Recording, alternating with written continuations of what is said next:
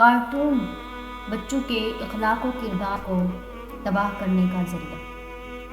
قرآن کریم میں ارشاد باری تعالیٰ ہے، اے ایمان والو، بچاؤ اپنے آپ کو اور اپنے اہل عیال کو جہنم کی آگ سے۔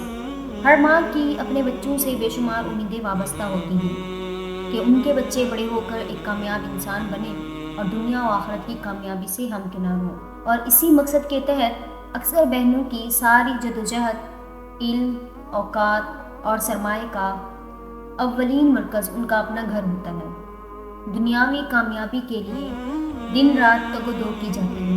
ایک اسکول بورڈ یا ڈگری سرٹیفکیٹ حاصل کرنے کے لیے انتھک محنت اور کوشش ہوتی ہے، جس کی بابت یقینی طور پر یہ کہا بھی نہیں جا سکتا کہ مستقبل میں ان کوششوں سے دنیا میں کامیاب ہو کر رہیں گے۔ غور طلب بات یہ ہے کہ آیا اس سطح کی محنت اور کوشش ہم اس ابدی زندگی کے لیے بھی کرتے ہیں جہاں ہمیں اور ہمارے اہل عیال کو رہنا ہے، جبکہ اس مستقبل کی کامیابی کی ضمانت تو اللہ سبحانہ تعالیٰ نے قرآن کریم میں دے رکھی ہے، جو یقینی ہے۔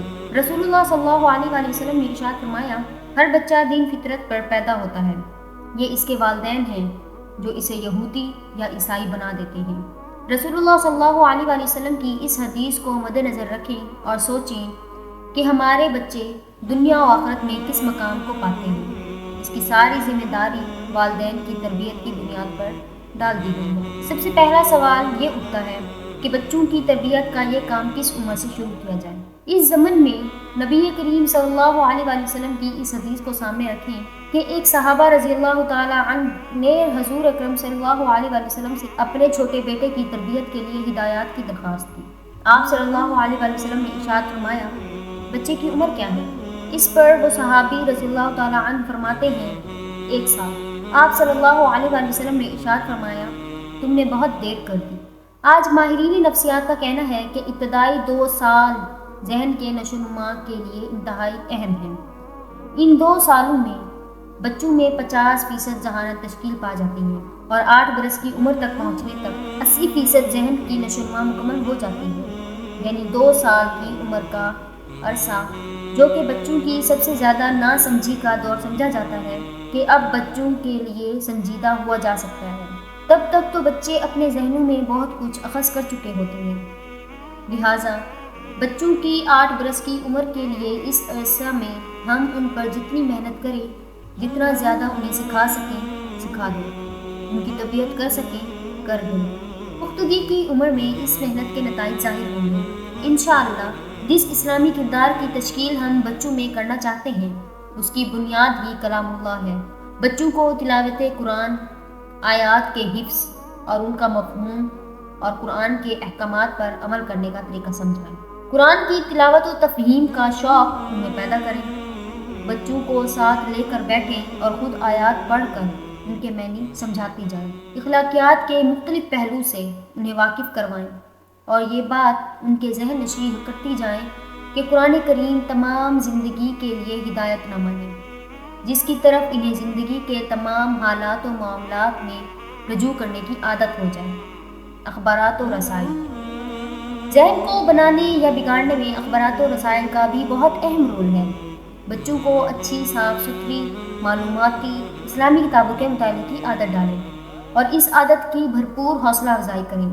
بے شمار اور بہترین اردو، انگریزی کتابیں میسر ہیں جن میں دلکش و دلچسپ انداز میں رنگین تصاویر وغیرہ کے ساتھ بچوں میں اسلامی نظریات، عقائد و اخلاقیات کی نشو و نما کی کوشش کی گئی ہے۔ ذہن کو پورا گندا کرنے والے فحش، دین کے خلاف، بے بنیاد قیاس آرائیوں پر مشتمل لٹریچر، مثلاً ہیری پوٹر اور فیری ٹیلز وغیرہ سے بچوں کو محفوظ رکھیں، اور اگر کبھی اس طرف ان کا التفات ہو تو بہترین انداز میں انہیں سمجھانے اور اس سے باز رکھنے کی کوشش کریں۔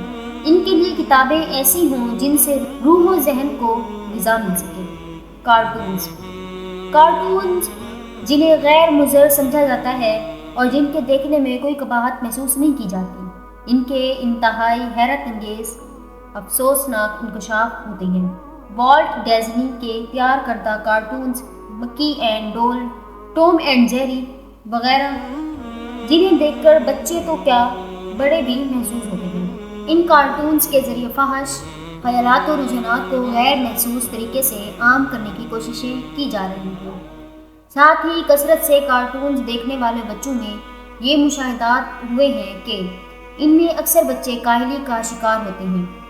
ان میں جسمانی اور تعمیری سرگرمیوں کی طرف سے بے رغبتی پیدا ہوتی ہے اور ساتھ ہی ان کی اسٹڈیز میں شارپ ڈکلائن دیکھا گیا ہے۔ ساتھ ہی 10 برس کی عمر کے اکثر بچوں میں جنسی جذبات کو فروغ دینے میں کارٹونز کے ہیجان انگیز مناظر مددگار ثابت ہوئے ہیں۔ ہم ذرا سوچیں، ان حقائق کو مد نظر رکھیں، اگر ہم بچوں کو ٹی وی کے ان پروگراموں اور کارٹونز کے دیکھنے کی وقتی طور پر ہی کیوں نہ صحیح صرف اس سبب سے اجازت دے دیں کہ اس دوران ہماری کوکنگ اور دوسرے گھریلو کام نمٹ جائیں، تو یہ ہماری بہت بڑی نادانی ہوگی۔ ہم اپنے اس رویے سے گویا یہ کہہ رہے ہیں کہ ہم اپنے بچوں کے ذہن و اخلاق و کردار کو اتنی اچھی طرح تباہ نہیں کر سکتے جتنا کہ یہ ٹی وی کر سکتا ہے۔ عام طور پر یہ عذر دیا جاتا ہے کہ آج کل کے زمانے میں بچوں پر زیادہ سختی نہیں کرنی چاہیے، انہیں تھوڑی ڈھیل دینی چاہیے، ورنہ باہر جا کر جب یہ ٹی وی دیکھتے ہیں یا اپنے دوستوں سے فلموں اور سیریلز وغیرہ پر تبصرے سنتے ہیں تو انہیں محرومی کا احساس ہو جاتا ہے۔ وہ احساس کمتری میں مبتلا ہو سکتے ہیں اور پھر ان چیزوں کی طرف راغب ہو جاتے ہیں۔ لہٰذا گھر میں ہی تھوڑی بہت فلم بینی وغیرہ کی اجازت دے دینی چاہیے۔